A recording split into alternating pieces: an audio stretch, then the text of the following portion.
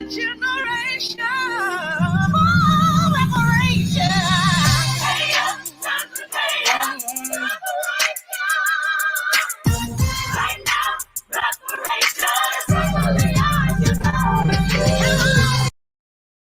Pay up, time to pay up. Right now, reparation. Pay up, time to pay up. Yeah. Right now, reparation. Time for reparation. Right now, time for reparation. Time for reparation. Right now, time for reparation. Reparations for building this nation. Lynching and burning castration. Selling children, family separation. Right now, time for reparation. Millions of slave ships landed, whipped, chained, and branded. 300 years of free labor. We're asking for no favor. Time to pay. Right now, time for reparation. Time for reparation. Right now, time for reparation. Pay up, time to pay up. Right now, reparation. Pay up, time to pay up. Right now, reparation. Reparations for reconstruction. Racism of destruction. Segregation, Jim Crow corruption. Right now, time for reparation. Reparations for the Constitution. Said we were 3/5 human. Reparations are overdue. 40 acres and from you. Time for reparations. Time for reparations. Time for reparations. Right now, time for reparations. Pay up, time to pay up.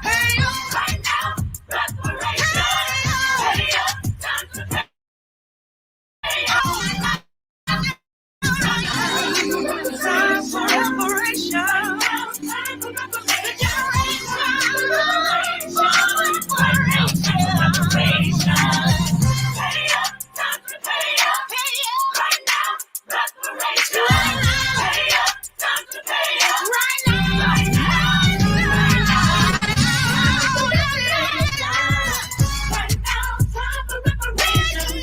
Time for reparation.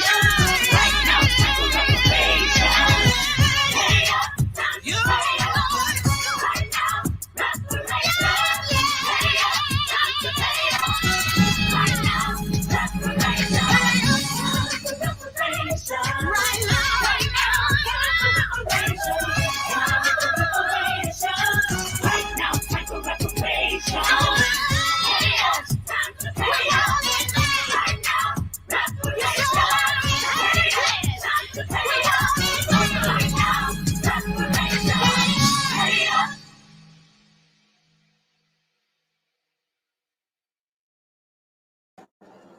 I'm Al McFarlane. Welcome to Conversations with Al McFarlane. Our Thursday roundtable is a conversation with dear friends and colleagues, and I'm pleased to begin today's program with the Honorable Burnell Venable Powell, my cousin and friend since birth. Burnell is the former Dean of University of South Carolina Law School, former Dean of the University of Missouri at Kansas City Law School, has taught at, I believe, both at Harvard and at Chapel Hill at University of North Carolina. Burnell, good to see you again. How are you doing? I'm doing well. Good to be back with you. And our colleague and friend and classmate from kindergarten, Brenda Lyle Gray, is here. And Brenda and I are working every day. She's producing a ton of copy for the newspaper, writing stories that come out of these conversations. We do this program every day with different themes and different players each day. And Brenda has the assignment and has taken on the task of chronicling, documenting these conversations. So Brenda, good to see you, and thank you for your work. Thank you for your passion and your vision. But you know, I'm not sure who else will join us today. I think it's good from my point of view to be reflective and to talk about, since the three of us are here and have a common experience with all of us from kindergarten, let's talk about our growing up days and how we got to where we are right now, if that makes sense. to you, Brenda, and to you, Burnell. But before I do that, Burnell, what issues are top of mind that you're watching in the news today, locally, globally? I'm focused on the negotiations over the Biden Buildback Better plan. Those who are being called moderates in the Democratic Party seem to be ready to blow up the Biden initiative. Biden's asking for 3.5 billion, and 3.5 trillion. 3.5 trillion. Yeah, the numbers are big, and he's asking for 3.5 trillion, and Senator Manchin and his friends are saying that that's way too much, and they would like to see something closer to, I think, 1.75 or something like that. I heard Senator Sanders indicate that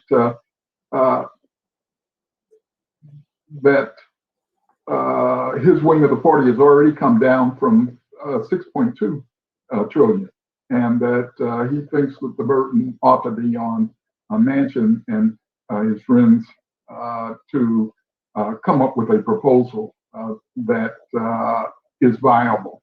And as I watch this, I'm struck by two things. One is what easy fodder it is for the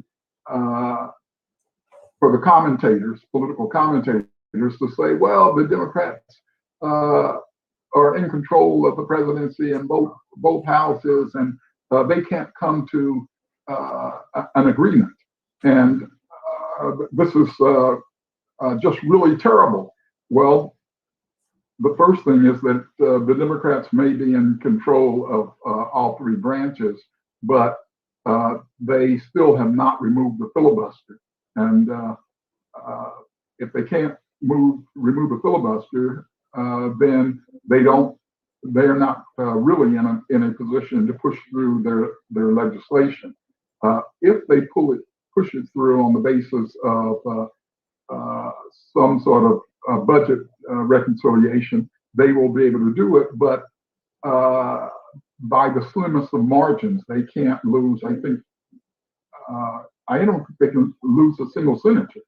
And so that means that the power is in the hands of the lowest common denominator. And that means that the Democrats are in danger of tanking the centerpiece of the Biden administration. That being the case, if the Democrats can't at least demonstrate that when they do have the presidency, that they can do something with it, it is going to look bad for Democrats in the future, and it's going to look bad for the country.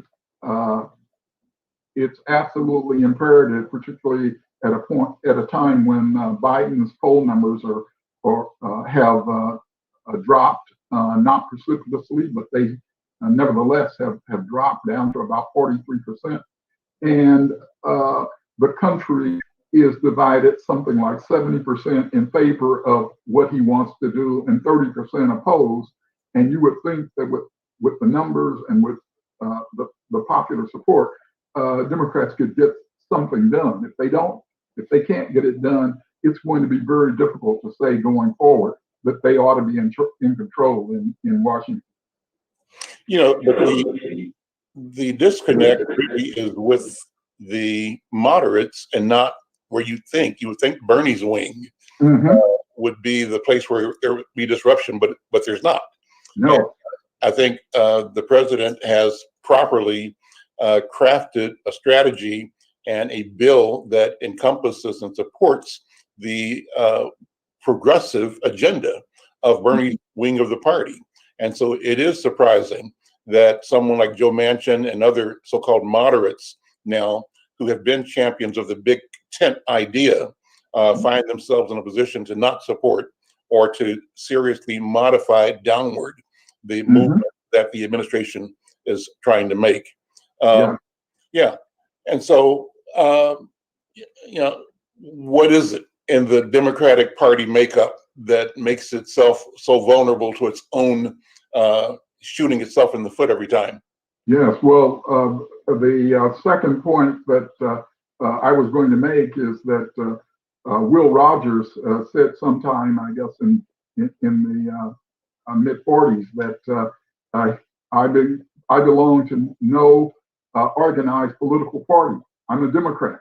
And these days, we're acting as though the Democratic Party is doing something different than it has always done. As a big tent party, it has always been a party that has required negotiations between its left and its right wing, and that's the case today.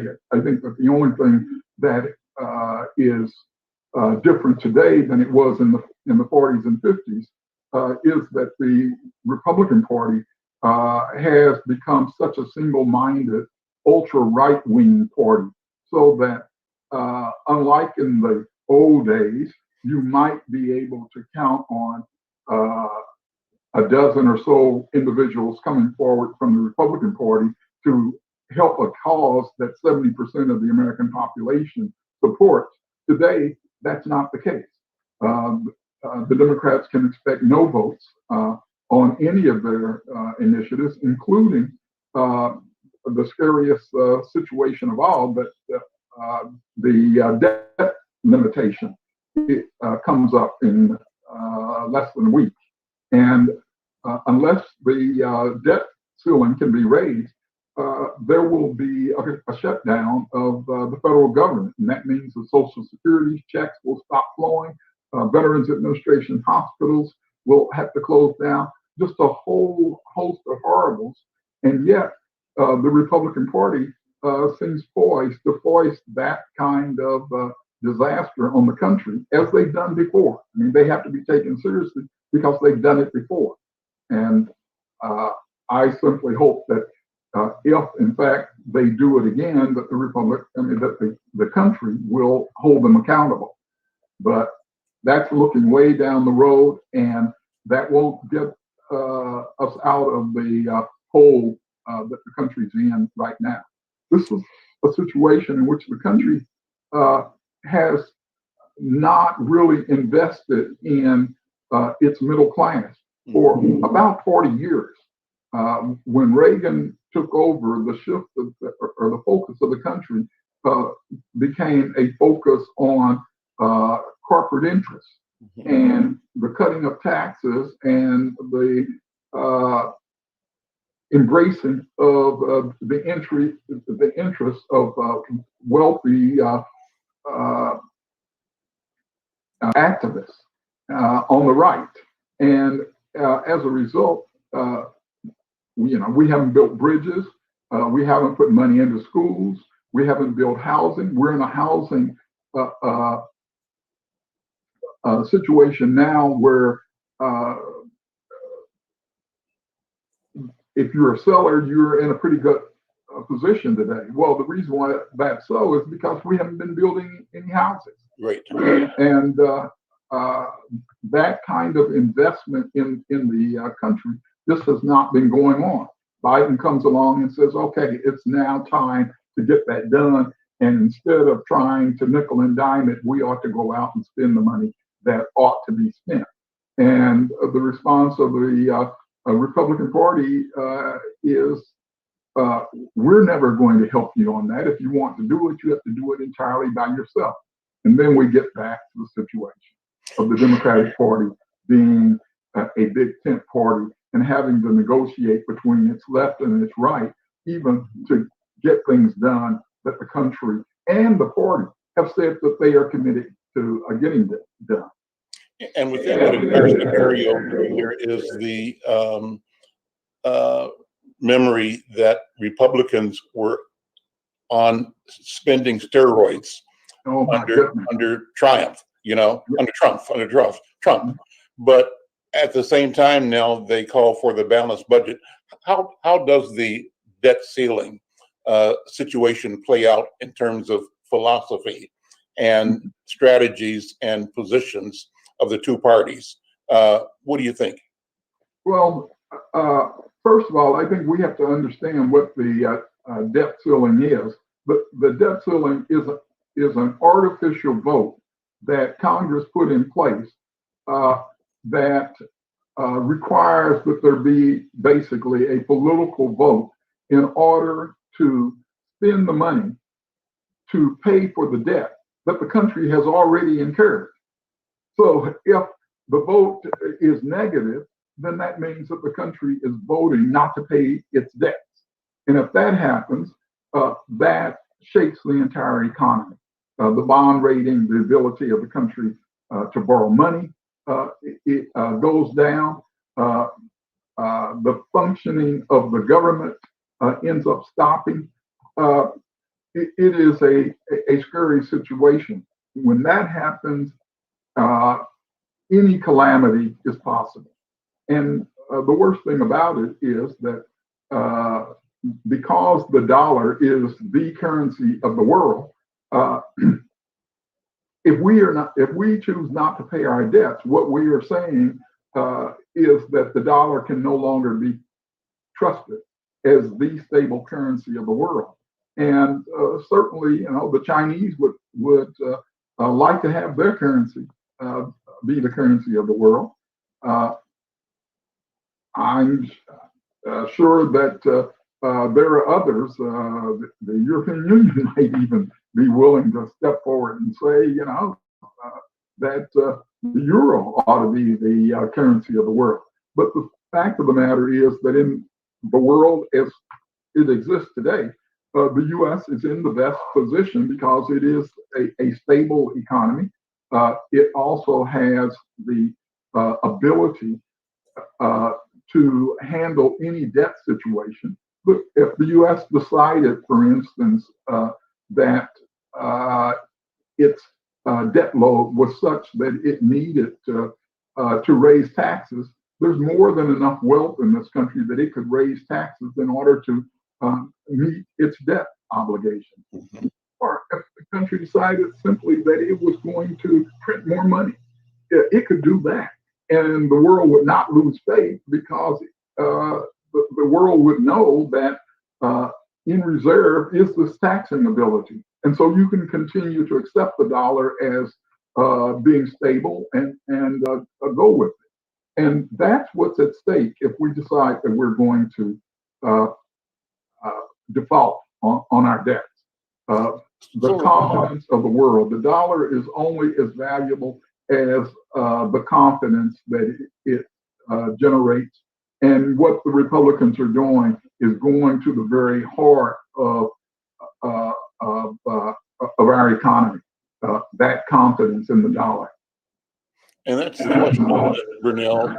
What does it mean? Why is that the Republican position whose interests are being served by challenging the stability of the dollar from this side by creating policy that means we default on national debt and therefore are perceived around the world as unstable, unreliable, and at risk for having the dollar being supplanted as the currency of the world?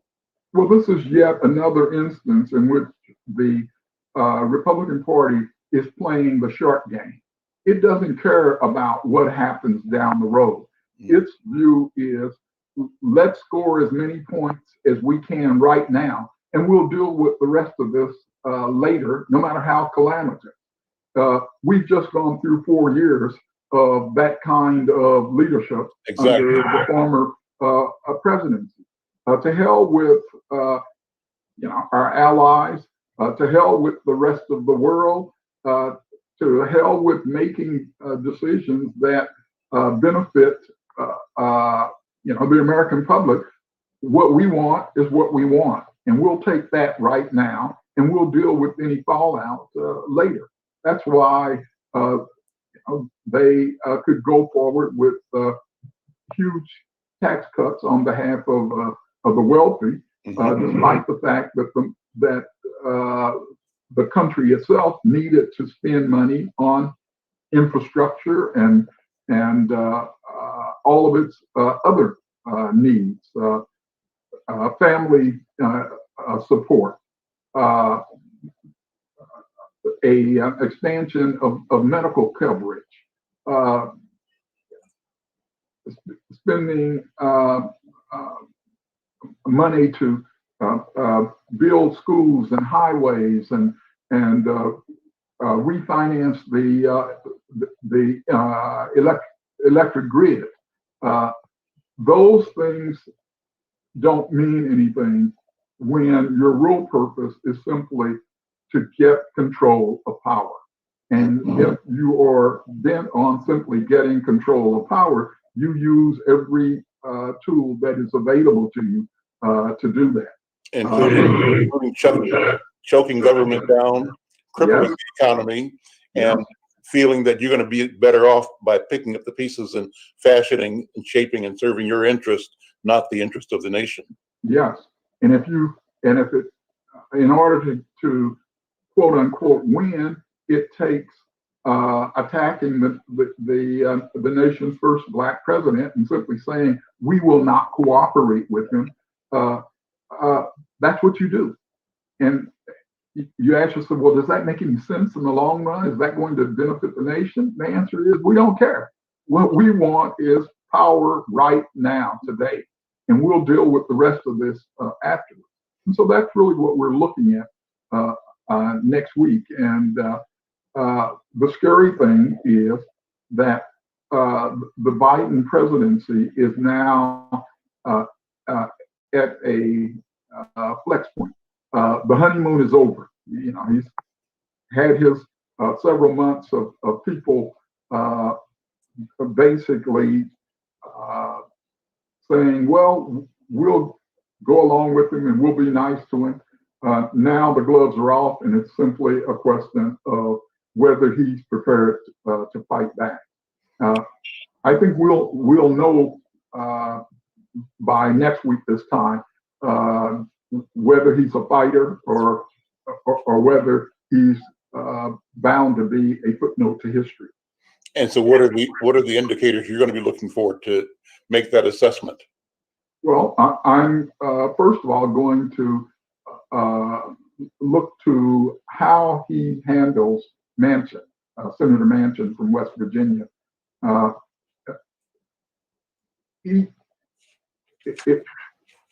Under other presidents, a president like Lyndon Johnson would call Manchin in, and he would tell Manchin essentially, you can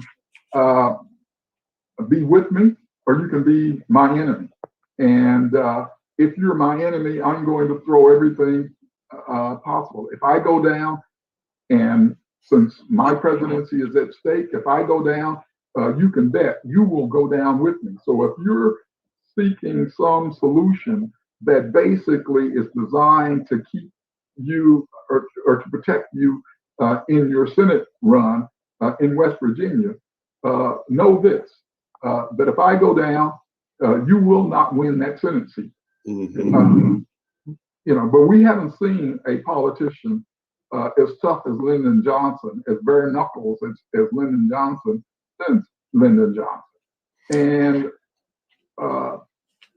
the Biden agenda, interestingly enough, is the most progressive agenda that this nation has seen since the Johnson era. So the question is Joe Biden simply Lyndon Johnson light, or is he Lyndon Johnson for real? So that will be one thing. Another thing will be what is going to happen with the voting rights legislation. The effort to come up with some sort of compromise legislation that will allow the federal government to essentially set standards for how voting is to take place in federal elections is a crucial fight. And the Democrats are only going to be able to win that fight if they can figure out a way to do it through budget reconciliation, which I think is very doubtful, or they do it through modification of the filibuster rule in some respect, if not just completely getting rid of the filibuster rule. But the Democrats are going to have to do something about that, and that's one of the things that I'm looking to. What are they going to do?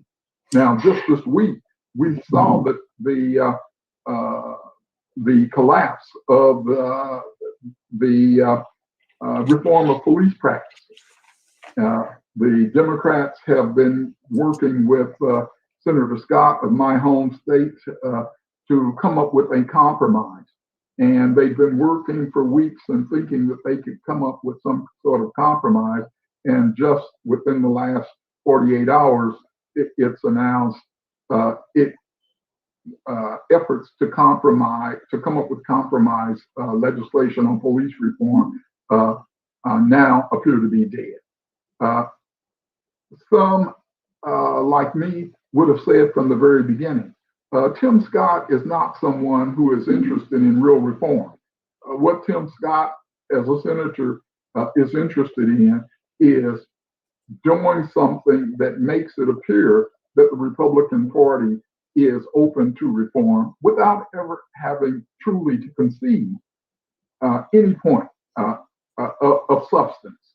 And so while he was willing to engage in discussions around the edge when it came right down to it, and the question was, are we going to hold police officers, for instance, accountable in civil lawsuits?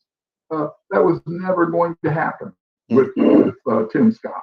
And one of the reasons why it was never going to happen was that Tim Scott and the Republican Party were never really open to broader reform. And so there always had to be some issue that they could point to as the reason why they were killing the negotiation without specifically addressing some of the other issues that were involved in that deal. What were the issues or the positions taken in that negotiation? Well, I don't remember all of the things that were at stake, but the chief one was, of course, how are we going to handle police officers who engage in acts of brutality? Are we going to simply immunize them from ever having to be personally accountable, so that the only accountability that could be directed at them would be through their position as a police officer, so that you could go after the police department, but not the specific officers who choked the person, who clubbed the person, who shot the person. And the Republican position was, you should never be able to go after the police officer. You should only be able to go after the department. And that's just, that is a system that simply has not worked. They were willing to indicate support of things like putting more money into police training. Well, everybody's in favor of police training. Sure. But we haven't seen the killing of people of color over the last year because police weren't trained to know that you shouldn't take the life of a person who is not threatening. That has never been the issue. So. I'm Al McFarlane. This is my Thursday edition of Conversations with Al McFarlane, a rich conversation with Professor Burnell Powell. Burnell Powell is the retired dean of the University of South Carolina Law School and the University of Missouri Kansas City Law School. And Brunel, I'm really enjoying the conversation here with me as well, Brenda Lyle Gray, for our listeners and viewers. Brenda, Brunel, and I were all in kindergarten together. And so it's really a pleasure to have this conversation some years after our beginning engagement in elementary or preschool. Brunel, one of the people that's watching right now, Michelle Madison, she's a regular here, noted that the Haitian issue is a major concern for her. And she notes that Congresswoman Maxine Waters and others from the CBC are speaking about the situation that's occurring right now in Texas on the border. The situation between Democrats and Republicans is getting annoying, she says. Are you following that at all? What's happening on the border with the Haitian refugees? Well, it is so disgraceful that it's hard not to follow it. I mean, you've got to see it. I mean, the imagery of police power on horseback whipping at black folks is just abhorrent. It would be abhorrent regardless of the color, but given our nation's history, it is doubly so in this instance. The other thing is that what the chaos around the border with the Haitians and with others really reflects is that we do not have an immigration policy that makes sense. Our immigration policy is supposed to provide for an opportunity of anyone who presents themselves to the U.S. Asking for asylum to have an opportunity to hear their claim that they are seeking asylum. And the Republican Party, under the Trump administration, put in rules that basically said, we're not interested in supporting that policy. One of the things that they did was to require that those who were seeking asylum in the U.S. first apply for asylum beyond our borders, and then wait to hear from us. That's not that's not the way our laws have been interpreted, at least not until this Supreme Court stepped in and said that, well, it's all right to reach an agreement with another country that they'll hold those immigrants there, and we will then process them through that other country. If it were a ballot process, if people really were being held in safe, humane circumstances in another country, it might make some sense to rely on it. And that might be consistent with our notions of processing immigrants and giving them a chance to present their case. But what we know is that the circumstances under which they are being held are inhumane. Those Haitians at the border, they're on the Mexican side. Mexico doesn't have the resources to deal with them. Mexico is not investing in them, and we're not giving Mexico adequate funds in order to process those individuals and to hold them humanely. And this has, been the situation now for 2 or 3 decades. We can't reach agreement on establishing a sensible immigration policy. So we can't deal with the children who are resident in our own country, who individuals who are resident in our own country, many of them adults today, but who were brought to this country as children, had no choice in whether they were going to be brought here, have grown up in this country, have been educated in this country, in some instances have fought for this country, and yet we can't find a mechanism where we can expedite their citizenship and acknowledge that they are, American citizens as much as anybody else who has spent the last 20 years in this country. So what does it mean, when you consider the immigration impact of our withdrawal in the past month from Afghanistan, the likelihood that at minimum 100,000 or more Afghans who supported our war effort in that country will be resettled in this country, promised, and I think if we act on the promise, that's a good thing. But so here is an ability to do something, at least partly, but while we're doing that, we're confronted with another process, another emerging crisis of people who, like the ones we are onboarding from Afghanistan, are fleeing a horrific experience in their country of origin, Haiti in particular. I mean, there's the double standard here. Does that become more clear as these things happen at the same time? Does this go back to thinking about the Marielitos and Cuba? Yes. Yeah, because that was a group of Black Cubans more than white Cubans, and we had a different posture towards that group of people. What do you think? Well, I think first of all that we have not been welcoming to people of color. There have been increases in the number of immigrants of color from around the world, but even as that has been happening, there has been a growing drumbeat, a growing hostility against people of color coming into this country.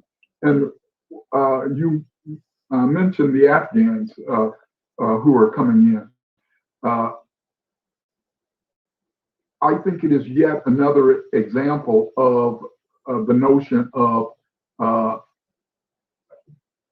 the short-term view, win on the political issue and worry about the consequences later. The reason I say that is that note what's happening. Biden is being basically beat up on for the way in which he left Afghanistan and the way in which the country left Afghanistan. And one of the main accusations is we're not helping and standing by all of our friends, and they should have our support. And then when Biden succeeds in, removing 100,000 Afghans and sending them around the world on the promise that they will be processed, and if they want to come to this country, they will be able to come. The position of the Republicans is, no, we don't want them here.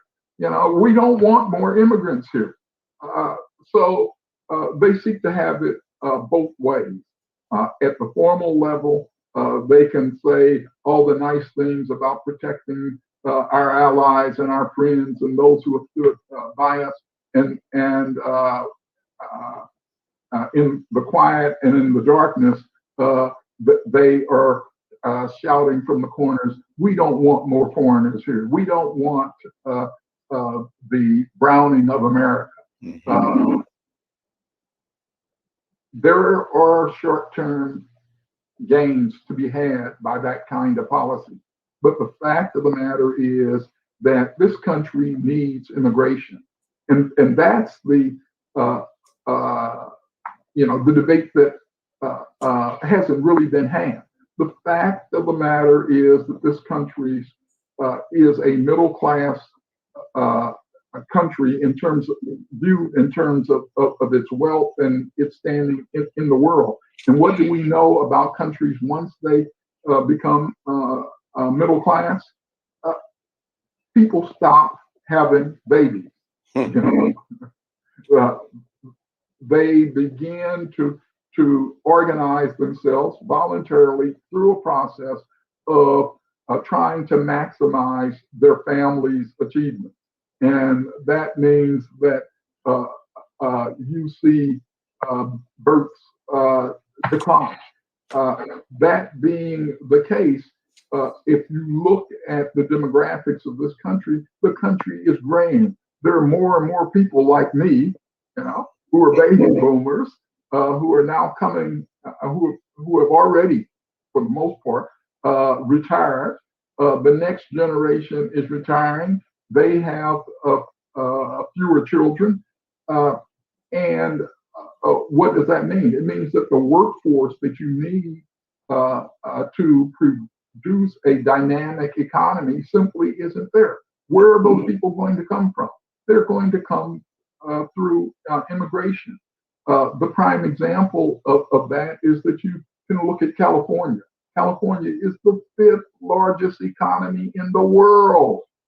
I mean, just think about that, the 5th largest economy in the world. And which country, excuse me, not which country, but which state in this country has been most impacted by immigration?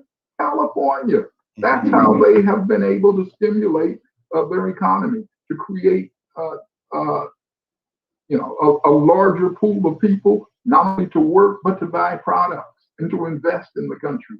And we've got to do that nationwide. And the Republican Party is standing in the way of that.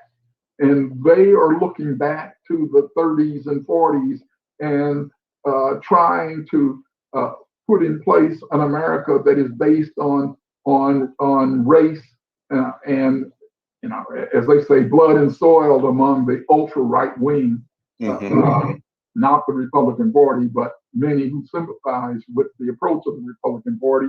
We want blood and soil, as the basis of citizenship, when in fact the country is a country of the post-70s. And what we need are people who are willing to invest in the country and people who the country can invest in. And that will lead to a growing economy. And in a growing economy, everybody benefits from that.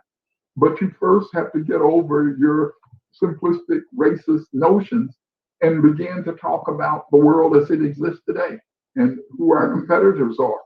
And you've got to be able to look at countries around the world that are struggling. For instance, the Japanese economy. The Japanese have been able to maintain an economy that is essentially based upon working males of Japanese origin. Well, what the Japanese are finding is that that's not working, and that they've now had to bring in workers from around the world and sort of create a second class of citizenship. They are rethinking that. They too are beginning to think we've got to have something that's more dynamic than this. But who doesn't think that way, or maybe they do, I would say, is the Chinese. Now, the question of growth and expansion, of growing an economy, and, as you were speaking, Brunel, I was thinking about, the ongoing talk and historical relationship between North America, the U.S., and Europe, Northern Europe, that there has been a stated, under Trump, preference for bringing in immigrants from Northern Europe. The history has been Europeans, read white, have been welcome, and non-whites not welcome. That is the challenge, though, because of the nature, the demography of the planet itself. So then, on the other hand, how does it play that there are discussions between the U.S. and Australia, and I think the UK, firming up policy and posture in the Asian Pacific Rim, being sensitive to the growth and the movement of Chinese. And are Chinese going to do differently from Japanese in World War II? Have they discovered a capacity to bring culture, opportunity, commerce that grows their economy to the world differently outside of the mechanism of war, but it's domination nonetheless? What do you think? And does Well, that conversation play into the one we're having right now? I think it does, but what are your thoughts? well, I think that it's at least related. I mean, the Chinese know that they have to have trading partners around the world, and they know that they have to have markets for their production, and they are aggressively seeking to expand as they build their economy.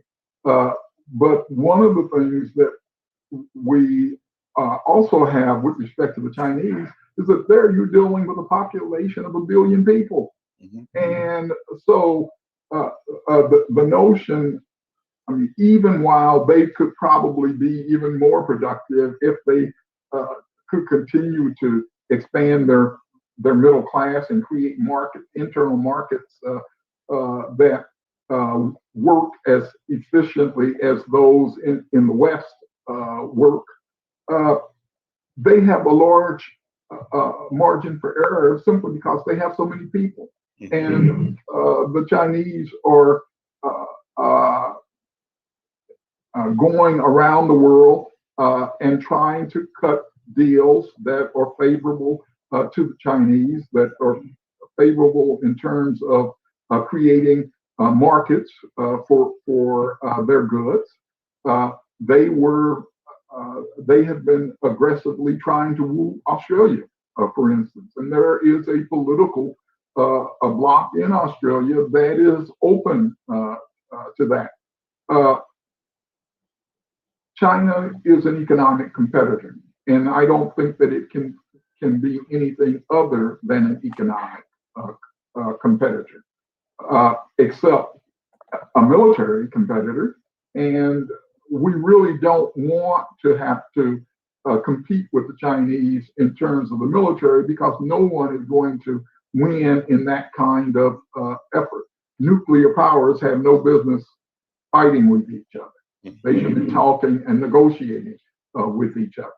But when you are doing things such as telling your foreign investors that they can only invest in your country if they are willing to eventually turn over the intellectual property of your company in exchange for the right to be able to vote there. I mean, not vote there, but to operate there.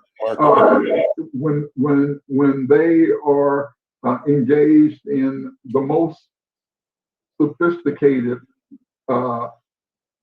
economic espionage in the world, when those kinds of things are going on, this is not a level playing field. This is not an environment in which you are engaged in economic competition.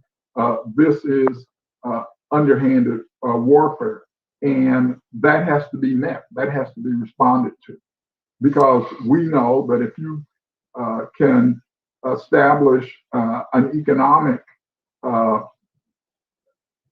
grip in a country, then you have the basis for moving forward with eventually a political grip, and being able to treat the country not as simply a trading partner, but as a subservient to you. The Chinese are not in a situation in which they have economic partners so much as they have debtors who work with them. This country actually does have economic partners, and sometimes we treat them fairly, unlike the way we treated the French over the last week. Sometimes we actually do treat our partners fairly, and we sit down and we talk about mutual interests, and we try to end up with resolutions that, to the extent possible, are able to benefit both parties.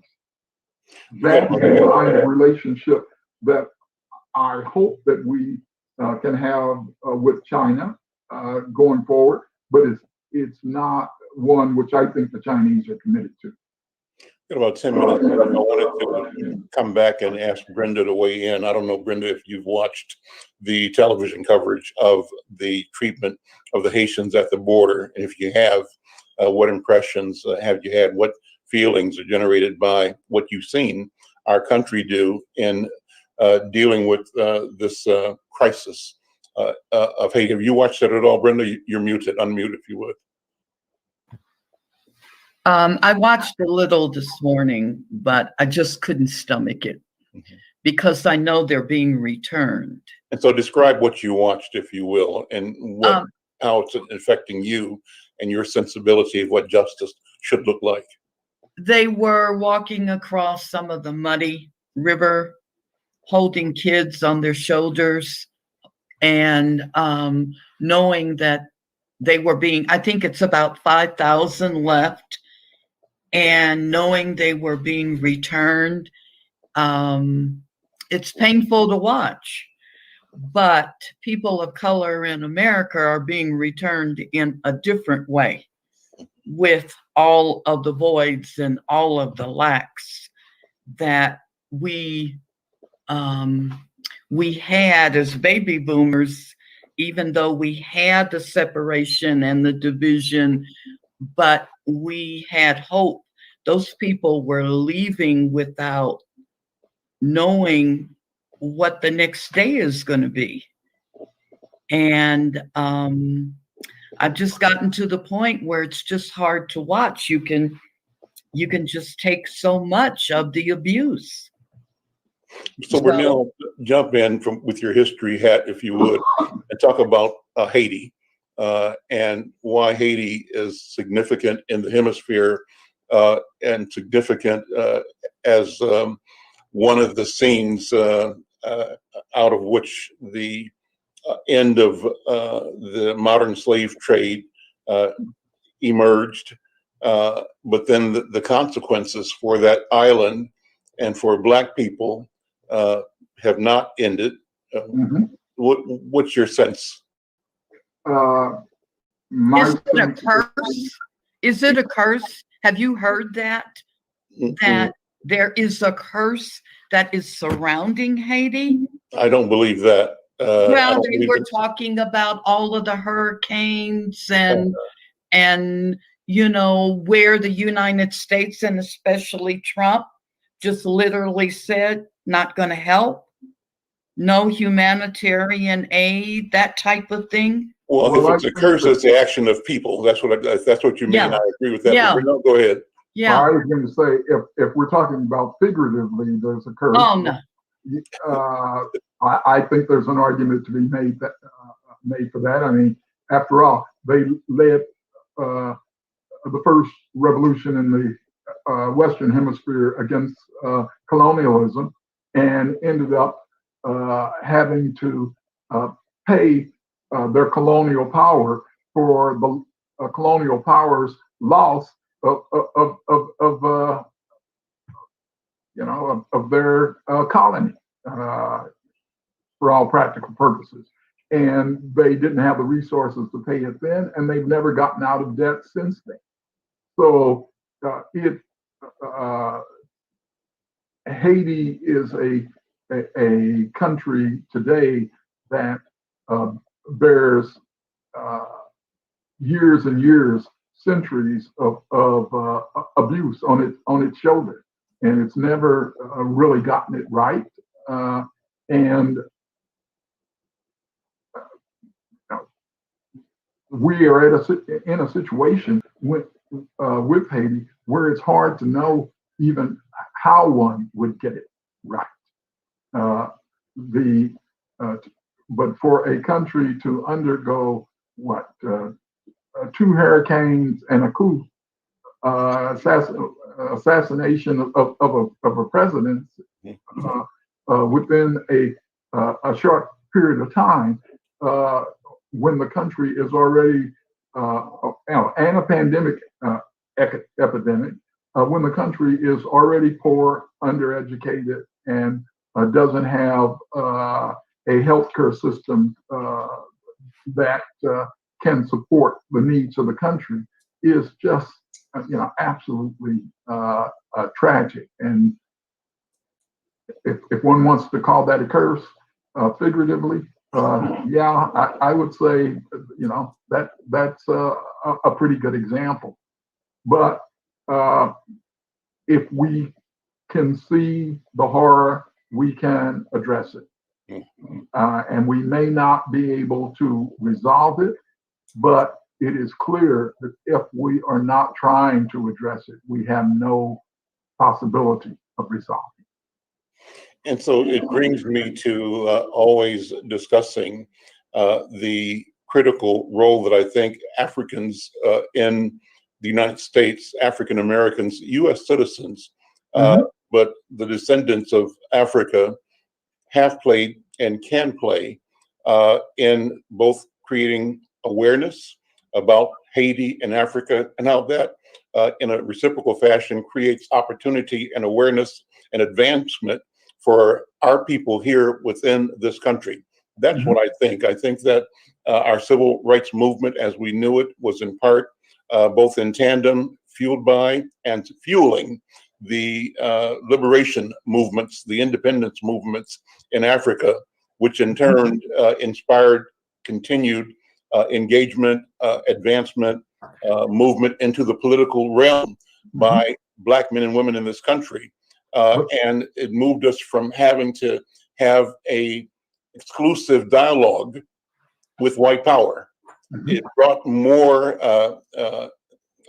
components into the conversation, and the more components, the more of reality that could be engaged, the greater the opportunity, I think, for us to advance. What do you think about that, Brunel? Well, I would just add one other thing.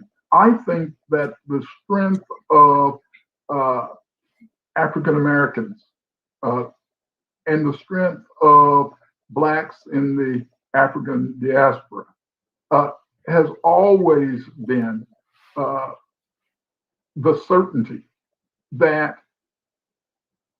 if you do what we are asking, if you speak and act in terms of justice with respect to us, it not only benefits us, but it benefits everybody.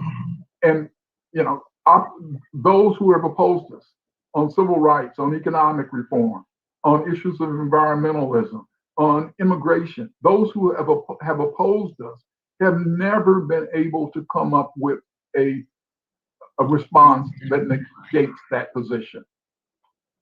And so African Americans are at the center of this because we are at the center of what are viable solutions for everybody. At that point, I should also say that if you haven't read Heather McGhee's book, The Sum of Us, she makes that point in detail, looking at the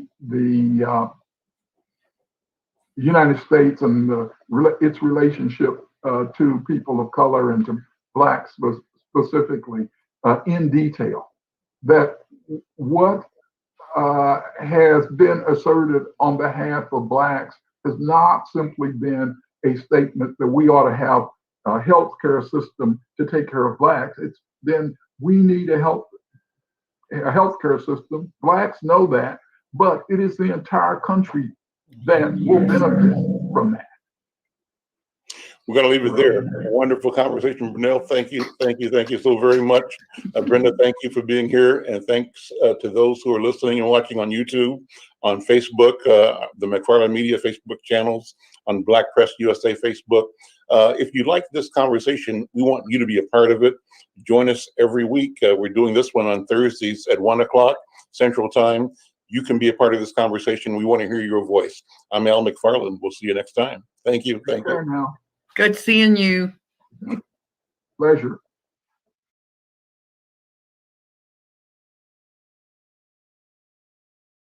Oh, Queen Justice, where are you? Did they beat you up or no? Lock you on the ground, take the crown away from you?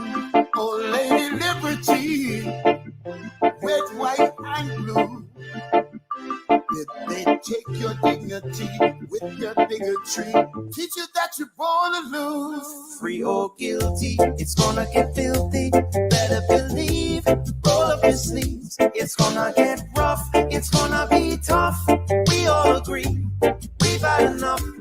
We've had enough of all the rules you break. We've had enough of all the money you make. We've had enough, no more life at stake. We've had enough, this is a proclamation. It's been 400 years and we're 400 late. Together we stand from state to state. Going back in time won't make America great. We need justice now, people won't wait. Action, no more distraction. Every step we take, we gain traction. If it can happen to one, it can happen to all. United we stand, divided we fall. Free or guilty, it's gonna get filthy. Better believe, roll up your sleeves. It's gonna get rough, it's gonna be tough. We all agree, we've had enough. We've had enough of all the rules you were breaking. We've had enough of all the